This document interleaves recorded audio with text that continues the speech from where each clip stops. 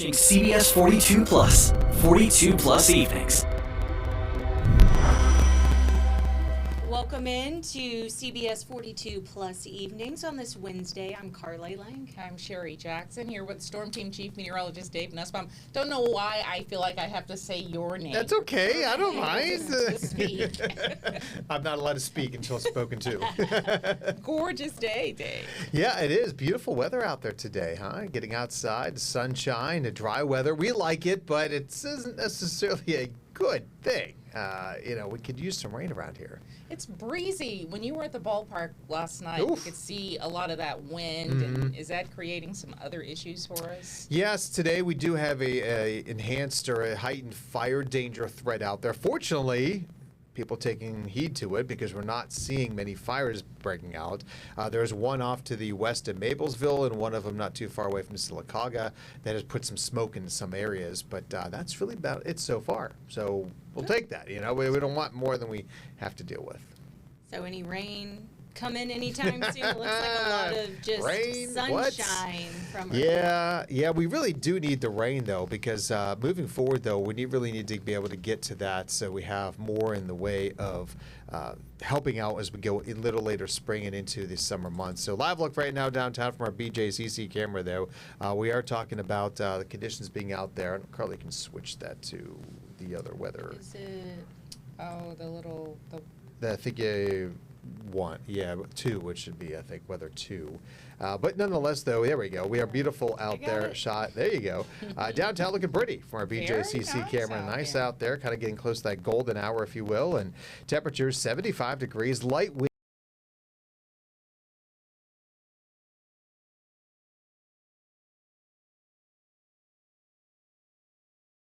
So that's why we're watching that this evening. 70 degrees in Anniston now to 76 in Tuscaloosa. Not too bad. Just about everyone pretty comfortable. Get outside and enjoy that. Maybe open the windows of the house a little bit as well for this evening.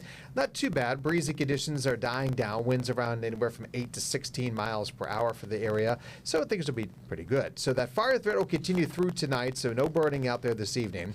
Dry conditions continue all the way for the next 7 days, if not more for many of you. Stay sunny and warm, and those temperatures are getting at or above that average of 73, meaning we're back in the 70s and 80s as we head to the upcoming weekend.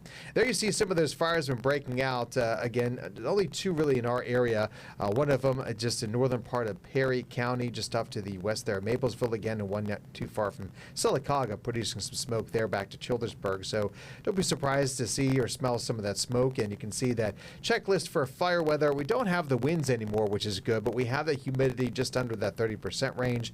Dry ground, the fuels, the pine straw, the leaves, the dead branches and things. That's not good. That's why we don't want to be burning, because it won't take much to get those fires going. Fortunately, the fire threat goes down some, but still there Thursday through Sunday. It'll be on the medium range. So again, just use caution out there. How about baseball? Well, 7 o'clock here in just a little bit. Barons, the second game of the homestand here in town. Take on the Lookouts. 7 o'clock first pitch, 70 degrees. Not bad at all. Falling to 62, so you may want that sweatshirt a little later on during the game if you're heading out to the ballpark for Wet Nose Wednesday. I was waiting to see Wet Nose Wednesday. That's right. So, bring your pooch to the game. That'd be a lot of fun. Overnight tonight, looking at lows 40s and 50s. 50 here in Birmingham, 48 Anniston, Gadsden around 46 degrees. 54 in Tuscaloosa, so not too shabby. And that chance for rain, look at that. Nothing essentially till maybe Wednesday, and you're lucky if you get a sprinkle there. What's happening is a big ridge sitting near Boston's going to build toward us, blocking all those weather systems from coming in, which means we're dry for the next week, and the drought will continue to get worse. And you can see there's the latest drought monitor. We're getting an update tomorrow. Notice how Birmingham is not in one. It's the only place in the south without it. That'll likely change tomorrow. We'll see more of the dry conditions starting to accumulate across the area. So tomorrow, sunshine, temperatures 50 in the morning, 76 in the afternoon. Beautiful day, light winds, and looking at your 10-day forecast, you'll see here 80s are back Friday for the weekend, middle 80s, a lot of sunshine Monday, Tuesday, Wednesday, and then again, a small chance of a shower there Thursday and Friday as we stay in the 80s. So not Watching much. CBS 42 Plus, 40. Not a bad forecast at all. Nope, not at all. So this evening, looking pretty nice. All right. Today, Dave, we have been talking about this anniversary, the 28th anniversary of a tornado that hit Oak Grove in Jefferson County. If I understand correctly, y'all both were working here then, or you were working here, Sherry? I was. Dave, you hadn't come here Nope, to not play with here us yet. just yet in Alabama, but I can remember that 1998. So it was the first tornado that I got a chance, unfortunately, to cover in Alabama. And growing up in the Midwest, you kind of think you know about tornadoes and you know all the drills, and we did drills in St. Louis where I grew up. But that tornado, April 8th, when I saw the devastation of what happened, it just blew me away. First of all, the number of people who were killed, more than 30 people that night. But then covering it, going out to Oak Grove, President Clinton came to town, and seeing it, I can still just smell the pine in your nose from how, the trees just tore and snapped. Seeing where you'd see a house where it looked like nothing happened, and next to it, a house was removed from its slab. And living here over the length of time that I've been here, we've unfortunately had to cover more and more of these powerful storms. What always stands out to me about that one is how the community really rallied around this town in Oak Grove, where they seem to have borne the brunt of that storm, Dave. Yeah, and is the pine smell. When I was in school, one of the things they first tell you is if you can't see the tornado, but if you have that strong scent of pine out there, especially here in the South, something's gone through and knocked down a lot of pine trees out there. So that you say that, and that's one of those scents you get. But this storm was part of one supercell thunderstorm that produced 3 tornadoes in Alabama. The first one down there near Gordo, it's lifted up just north of Tuscaloosa. That was a F3. The F5, which started in northern part of Tuscaloosa County, went into the western part of Jefferson County. Fortunately, lifted before it got to Birmingham. It had to have been on the ground for 4 more miles, would have gone into the airport here in Birmingham. And then tornado, a little weaker one up there near the Moody area, moving just north of Pell City, but kind of focusing on this one here. Again, it was rated an F5 now, not EF5, because back then they didn't have the east part of it. This is before that even. So they did more studies after this and a few other tornadoes, Tuscaloosa tornado in 2000, a few others. And so in the early 2000s, they changed it to more enhanced Fujita scale versus just the Fujita scale. But this was an evening tornado. They're at 742, again on the ground for 30.6 miles, and 32 lives lost, 250 were injured with this one here, but it came dangerously close to hitting the city of Birmingham. So the worst of the damage was in Concord, McDonald's Chapel area there. That's where they found that F5 damage you were talking about, where there's a slab and there's nothing else there. Yeah, it was unbelievable to see it.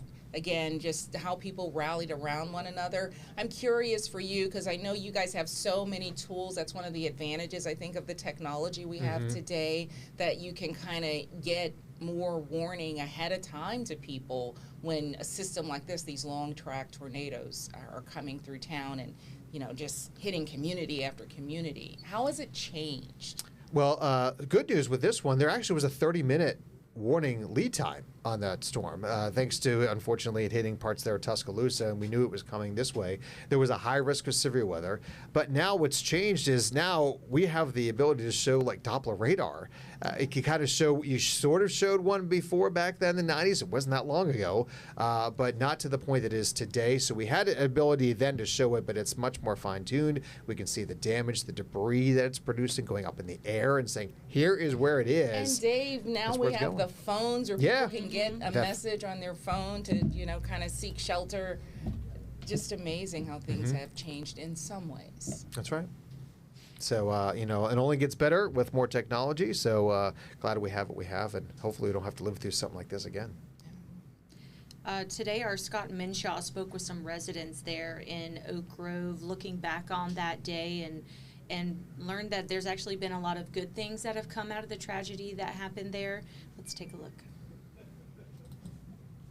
The noise was just tremendous. You could hear, it was just a roar, and it was just all around me. Matthew Seals has a story that would leave most people feeling bitter and mad at the world. I heard the transformer go, the lights went out, glass breaking. On April 8th, 1998, an EF5 tornado ripped through his home. It was as if a hand just reached down and just plucked our roof off. The tornado killed his 8-year-old son Nathan and left him paralyzed. I remember praying, God, this is not my decision to make.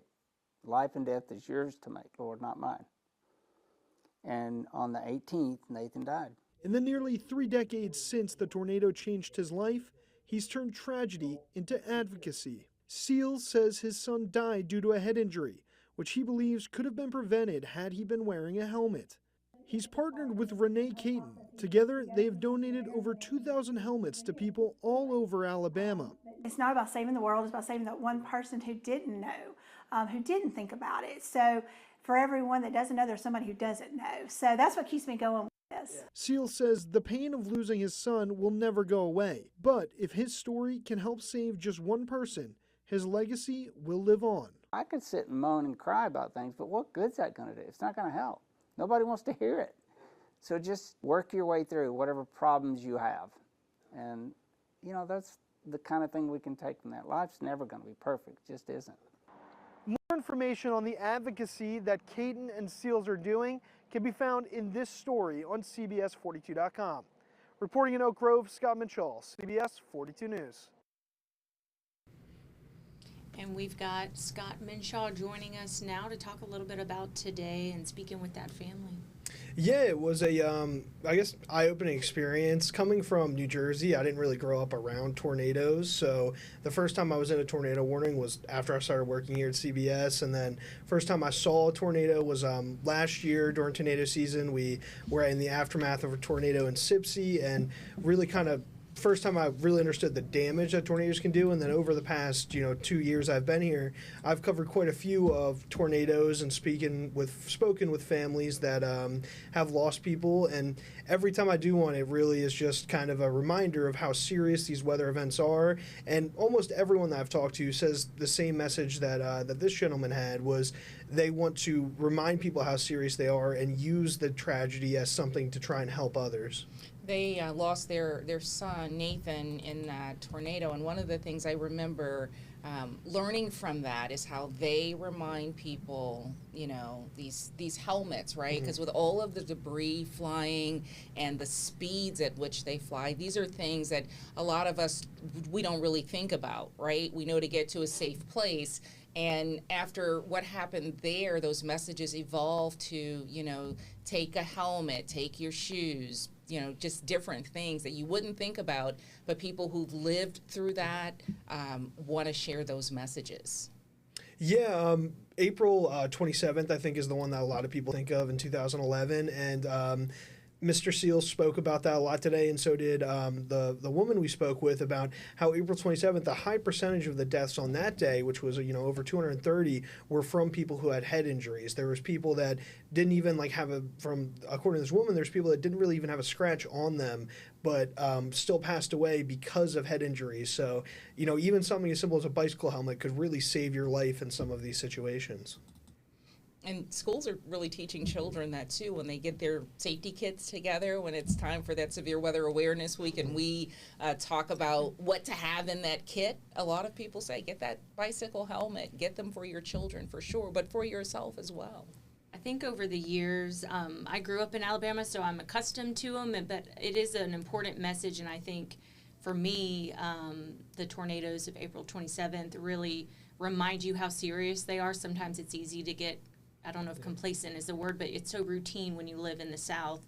But going through April 27th is a big reminder of how serious they are, the wide impact they can have, and the changes. The helmets, I like that you mentioned that. My nephew, my sister has gotten him. He has a little Spider-Man helmet that he wears when severe weather happens, and that's something that we didn't do growing up as kids. I mean, at school, they told us to get a textbook, and we would go in the hallway with the book and lay down. I don't know if y'all seen the pictures, but now it's just with each, catastrophic event, there's always something that you can learn from it and, do better the next time around. Yeah, Carly Sherry, I'm sure you guys will relate to this.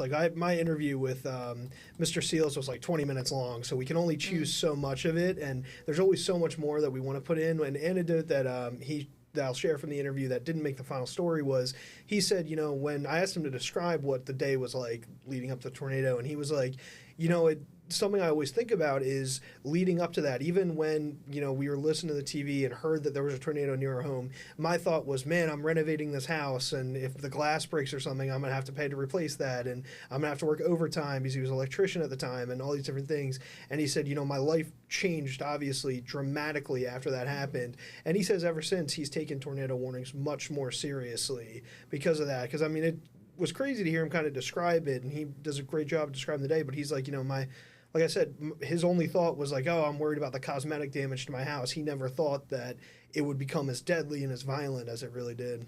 Really, 28 years later, I think because of what we've seen with these storms, all of us are just much more aware.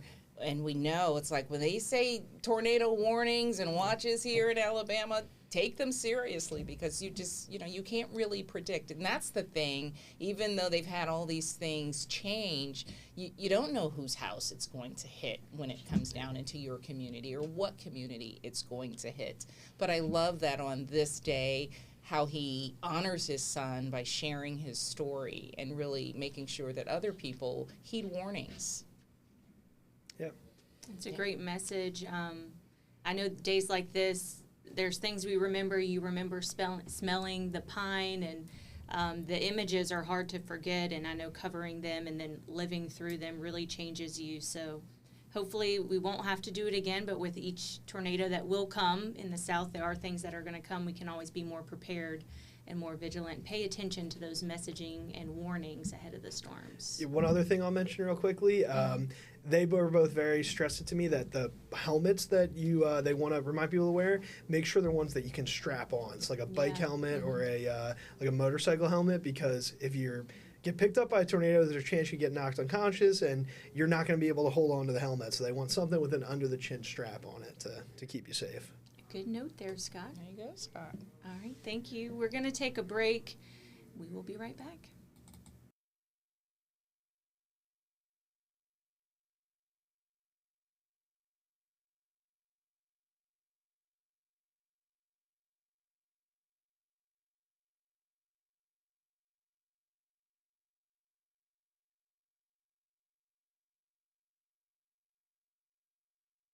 You're watching CBS 42 Plus, 42 Plus Evenings.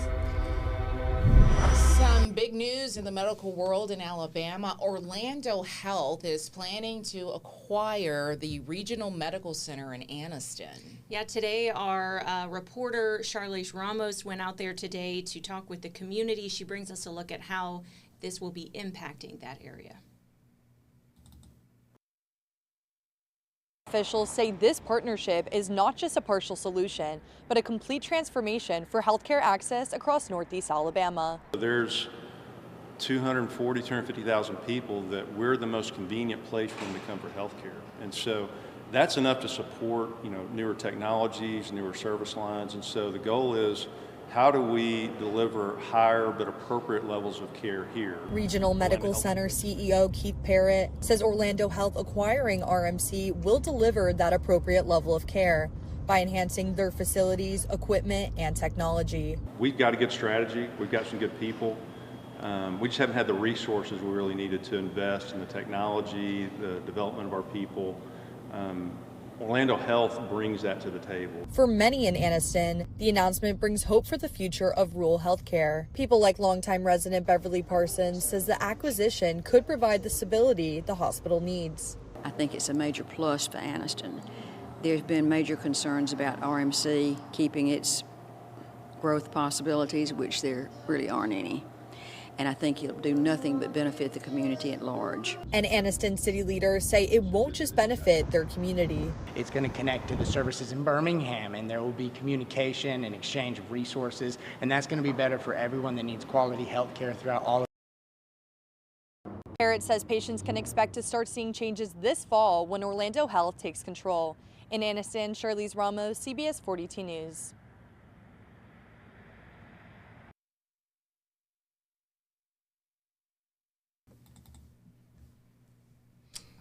Well, stick around. We're still following the Artemis 2 crew as they make their way back to Earth. We're going to have a look at some of the fun stuff going on in space when we come back. Claire gets to join us too, you know, so we're previewing the space nerd, our 10 p.m. producer who loves all things Artemis too. We'll be right back.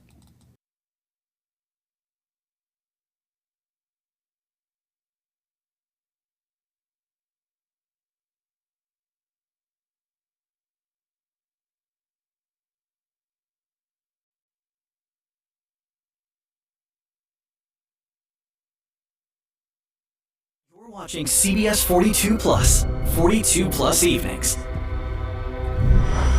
Welcome back into CBS 42 Plus Evenings. We have our 10 p.m. producer, Claire Jacobs, joining us. Hello. As promised, the space nerd, all things Artemis. I think she likes coming in, hanging out to talk about Artemis too. I do.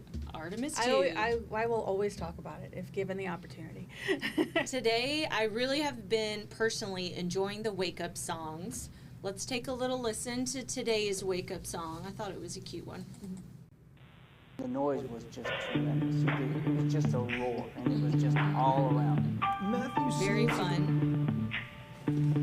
I wonder if this is a just like abrupt in the middle of your sleep. You hear this song like an alarm clock, or is it like a stage like 30 minutes after their Because alarms that's a go lot off? to wake up That's what I'm to. saying. Or even the what was it, John Legend one? Give me the green. Yeah. That one would have been like, oh, what's happening? But very cool. I enjoyed today's song for their day 8. Yeah. For their day around the moon. It's almost over. They're coming back. They're coming in back. 2 days. I know. They're splashing down outside of San Diego on Friday evening, and I'm already excited for it. It's just- Fangirling. Always, yeah. These are some new images too. We're starting, yesterday they were talking about taking all thousands of photos, and we're starting to get a first look at some of them. I mean, they're just, It's unreal. they're out of this world, but it's really, they're really, really nice and, It's crazy, like to see. Awe-inspiring is the Really, word. it's like you look at the pictures that was shot during the Apollo era with the Earthrise, and you see it again. It's Earth set now, the way it was, the timing of it all. But it's the exact same shot, but somehow it's just infinitely clear because of technology, and it's wild to see. I love it so much. It's really cool, and this is parts of, that no one has seen before with their eyes. I mean, we're not up there, but we're seeing the photos. Very cool. And we're only going to be able to see more of it because we're going to go farther out. We're going to have more pictures released. We're heading out, farther past the moon and onto Mars. We're going to see so much cool things. It's getting exciting. They're heading back. One more thing, we're almost out of time, but if you haven't seen it already, Nutella made an appearance in The ad campaign of all time. I was Someone so was surprised enjoying to it. see the peanut butter floating in the... If I was the ad company for Nutella, I would not use anything else.